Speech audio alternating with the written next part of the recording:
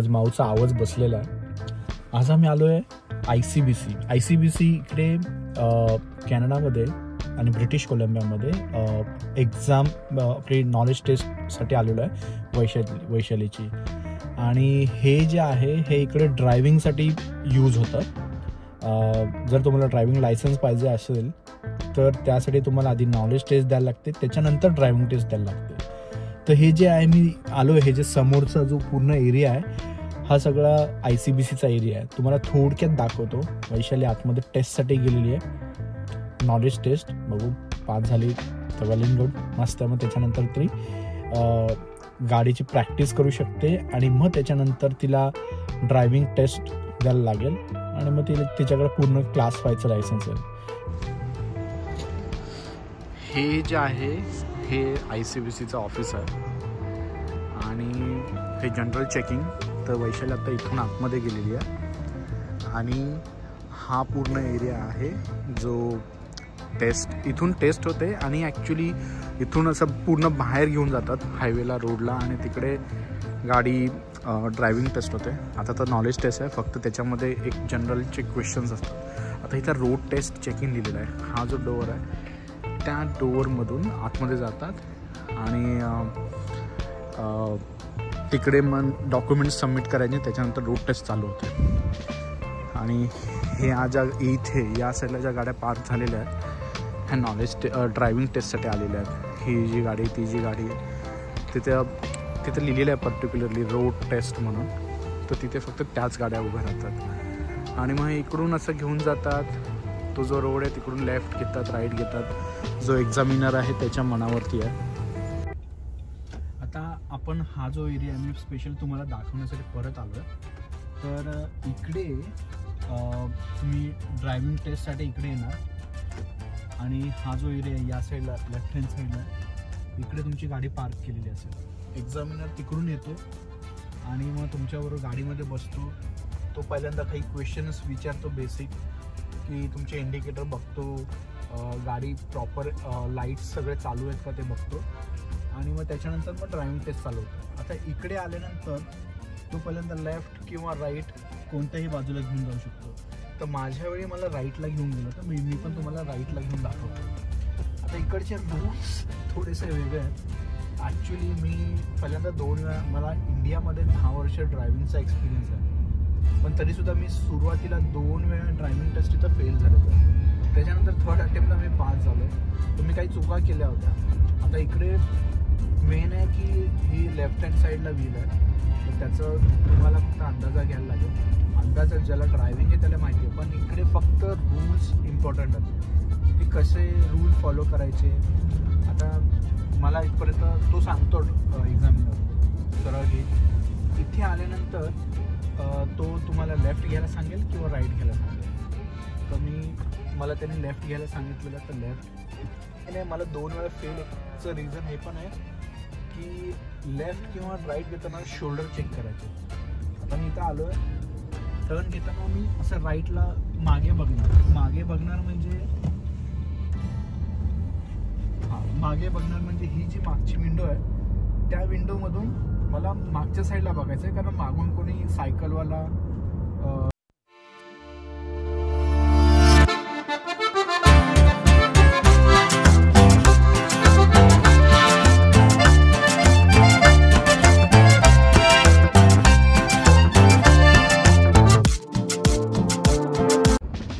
तो तुम्हाला बोलेल take right, no rush, no hurry. तर राईट इंडिकेटर द्यायचा आणि लेन चेंज करताना परत एकदा तुम्हाला मागे शोल्डर चेक करायचं. हे छोट्या छोट्या गोष्टी आहेत ते तुम्हाला एकदम नीट बघायला लागते. माझ्याकडे तर मी एक नॅचरल टेंडन्सी आहे, त्याच्यामुळे खूप प्रॅक्टिस केल्यानंतर मला ते आलं. आणि पास झाल्यानंतर कोण बघत नाही, शोल्डर चेक कोण करत नाही. तर मी त्या काही गोष्टी तुम्ही जर हे केल्या, केअरफुली हँडल केलं तर तुम्ही ड्रायव्हिंग टेस्ट पास होऊ शकता. आता ग्रीन आहे, पेडिस्ट्रेशन आहे, तिकडून चालते. तर मी आणि हा जो एक ब्लॉक आहे ना इथे पण मी थांबू शकत नाही. आता मी जर एक टेस्ट आत्ता देत असतो ना तर त्यांनी मला फेल केलं असतं, कारण पेडेस्ट्रेशन क्रॉसवॉक करत होता त्याच्या आधी जो एक ब्लॉक होता तिकडे वाईट अशा क्रॉस पट्ट्या मारल्या, तर ती ज्या पट्ट्या असतात ना त्या पट्ट्यामध्ये पण तुम्ही थांबू शकत नाही, तर मला मागेच थांबायचं होतं.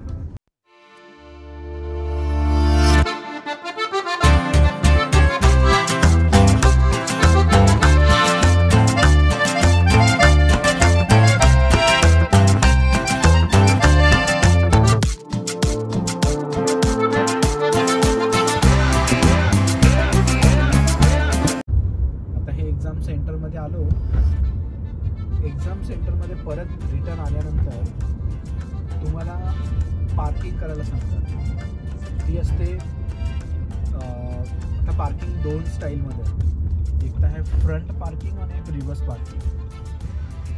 जर त्याने रिव्हर्स पार्किंग करायला सांगितली तर समजायचं तुम्ही पास झाला आहे, आणि जर त्यांनी फ्रंट पार्किंग करायला सांगितली तर समजा फेल झाला. होपफुली हा व्हिडिओ तुम्हाला खूप नॉलेजफुल वाटला असेल. आता लेट्स सी, वैशाली येईल, तिची टेस्ट आता चालू झालेली असेल आणि बघू काय रिझल्ट येतो.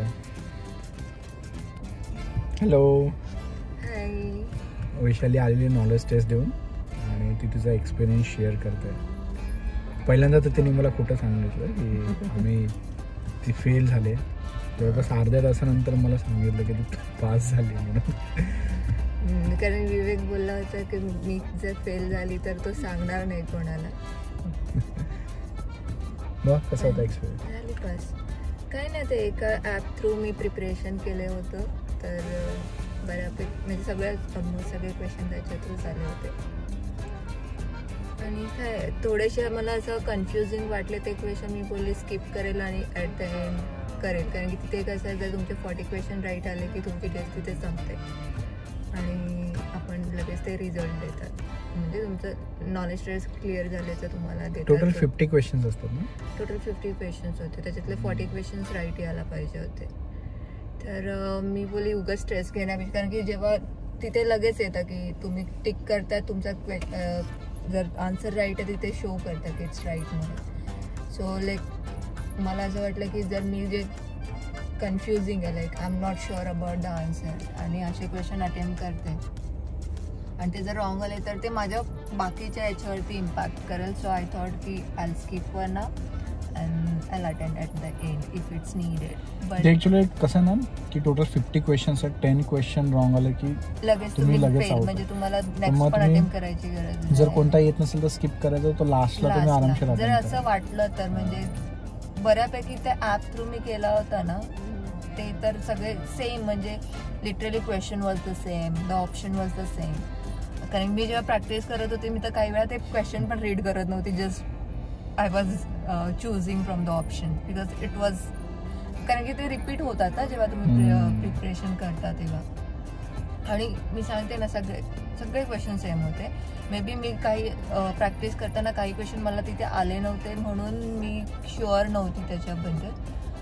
बट या झालं, it was very easy, no pressure, nothing. आणि मी तरी मी बोलतात ना एक क्वेश्चन माझा रॉंग झाला, मी म्हटलं की I should skip, but me skip करणार होती, म्हटलं चल करूया अटेम्प्ट, असं करून मी एक केला, तो रॉंग झाला. आणि आय फील द लगेच डिफरन्स येतो आपल्या परफॉर्मन्सवरती.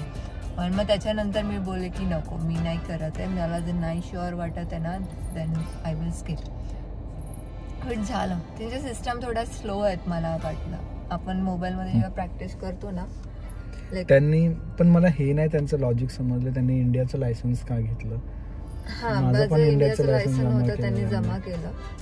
मला तरी ठीक आहे, माझ्याकडे एक प्रिंट आहे घरी. हां, माझ्याकडे त्याची कॉपी पण नाही. ठीक आहे, इकडचं लायसन्स मिळेल आता क्लास 5 साठी एलिजिबल आहे, तर तू लर्निंग म्हणून चालवू शकते. तर तुझ्या बाजूला कोणतरी क्लास 5 लायसन्सवाला पाहिजे. फक्त तुझ्या बाजूला बसायचं.